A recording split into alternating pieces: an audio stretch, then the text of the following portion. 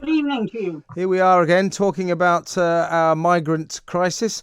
But this one is rather jaw-dropping, I think, that Priti Patel has come up with new plans to turn the dinghies round in mid-channel and get them back to France. She wants jet ski squads out there doing it. I mean, I don't know whether that's mad or a good idea, but at least she's thinking in the right way. But what happens? The border force threatened to go on strike. Their union, the Public and Commercial Services Union, have joined forces with the refugee charity Care for Calais, and they're seeking to go to court to challenge the Home Secretary's policy in terms of turning back the migrants. So in other words, in effect, we have a border force that doesn't want to enforce our borders. What are your thoughts on that? Well, first of all, I mean, it's rather an illogical position. If they are going to court, then either the policy will be ruled illegal, in which case game over, or it will be ruled legal, in which case what on earth grounds would they have to strike? So why talk about striking when the courts are going to determine whether it's okay or not? But it does shine a light, doesn't it, Anne, on what must be one of the central problems of Priti Patel's attempts to sort this crisis out. You and I have talked about it many times. We both have reservations about her effectiveness, but I've always thought her heart is in the right place. She wants to get this sorted out, but how is she ever going to get it sorted out when she has a workforce that is actively working against her? Yeah, well, as far as I'm concerned, unless a court says otherwise, what ministers decide is what happens. And therefore, the border force must just put this policy into practice. Now, there may be, as you acknowledge in your opening comments, few practical difficulties, and it's not that easy to patrol the seas. But nevertheless, the policy has got to be that if people are in France, then it is in France that they should apply for asylum, not over here. And that they cannot land unlawfully on our shores, and it's down to border force to make that work. So I would say, again, Priti Patel is very good at coming up with policy pronouncements which never then actually happen. But if this can be made to happen, then it should be made to happen. And unless there is a court ruling to the contrary, the border force have no right to refuse to do it.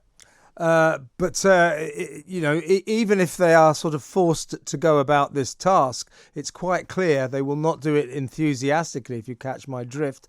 This, of course, comes on the back of the news that 28,300 migrants crossed the Channel last year, and that's triple the number of the year before, triple the number of 2020, and it's rising. So this is an escalating crisis.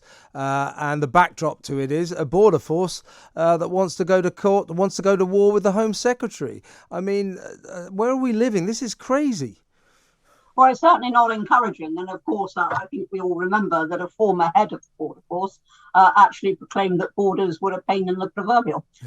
So quite clearly the leadership for some time, I'm not saying now, but the leadership for some time has been lacking in commitment. We do need a heavily committed leadership and people told to do their job. The border force is there to enforce the borders. I don't know what else it's there for. What else is it there for? I'm not sure that, well, some people might say to operate a taxi service to get the migrants safely into our shores.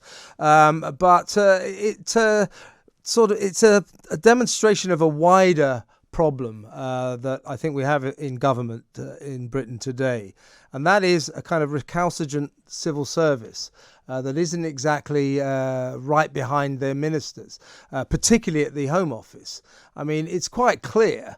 I mean, very few Home Office workers actually obviously go to the Home Office anymore, but those working at home, I don't think they're working they're not working enthusiastically to bring Priti Patel's vision to fruition, are they? Quite the reverse.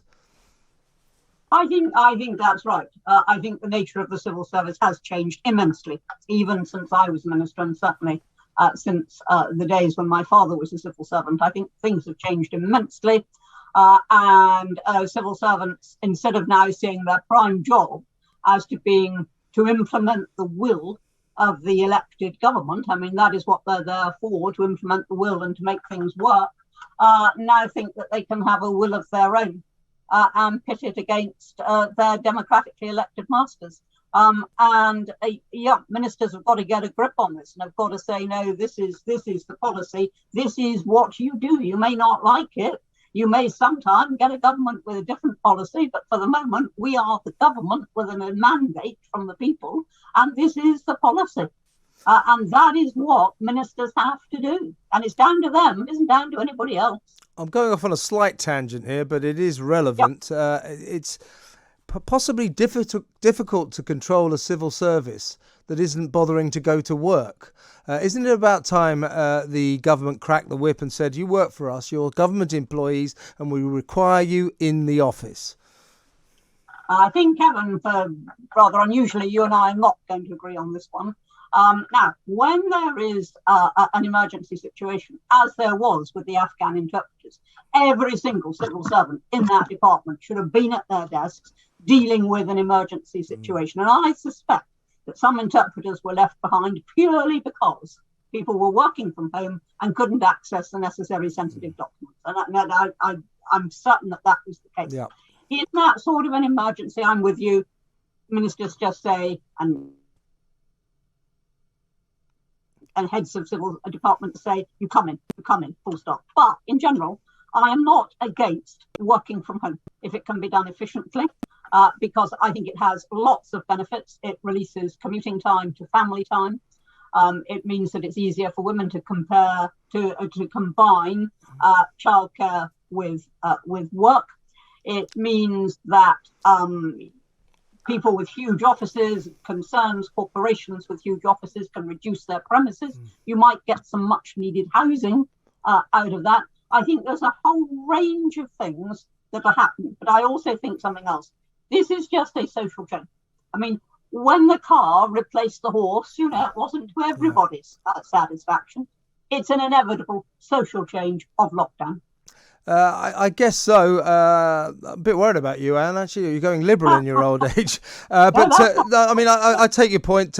Fundamental changes have happened due to the COVID crisis, and I suppose working from home will become far more prevalent. But I worry about an already unruly civil service that aren't at work. It's easier to control your workforce if you can see them.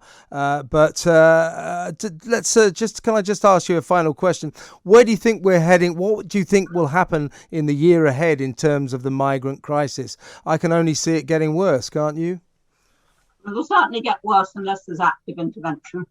And not only unless there's active intervention, but unless that intervention is signed up to by Border Force. It's no good having ministers wanting one thing and Border Force another. They've got to do what they're told. And that is, I think, is absolutely crucial.